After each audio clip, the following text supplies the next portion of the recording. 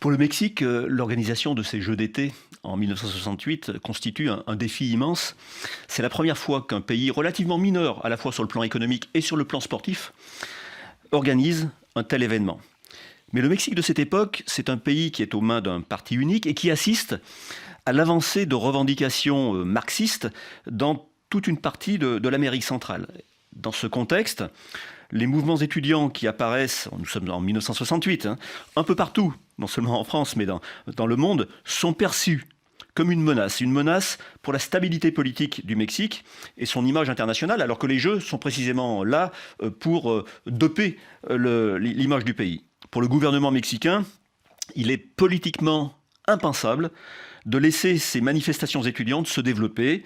Et le 2 octobre, à 10 jours de l'ouverture des Jeux, ordre est donné à l'armée de faire feu sur les étudiants réunis dans un quartier de Mexico.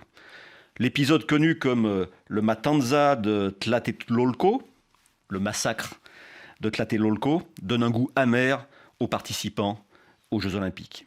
La guerre froide continue alors de modeler les Jeux. Pour la première fois, l'Allemagne est ainsi représentée par 2 délégations.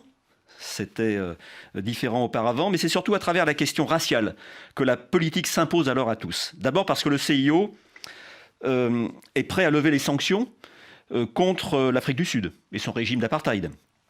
Mais il doit finalement reculer et retire son invitation après que 21 nations africaines aient menacé de boycotter les Jeux de Mexico. Ensuite, parce que 2 athlètes noirs, et c'est ce que l'histoire retient surtout, 2 athlètes noirs américains, Tommy Smith et John Carlos, jettent leur négritude à la face du monde sur le podium du 200 mètres dans un geste immortalisé par la photographie de John Dominis. Les 2 champions dressent un poing ganté, rageur.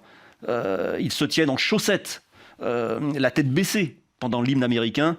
Tout cela signifiant à la fois le dénuement des Noirs américains, leur rappel de l'assassinat de Martin Luther King quelques mois plus tôt, leur soutien au mouvement du Black Power, la lutte contre la ségrégation raciale et pour les droits de l'homme.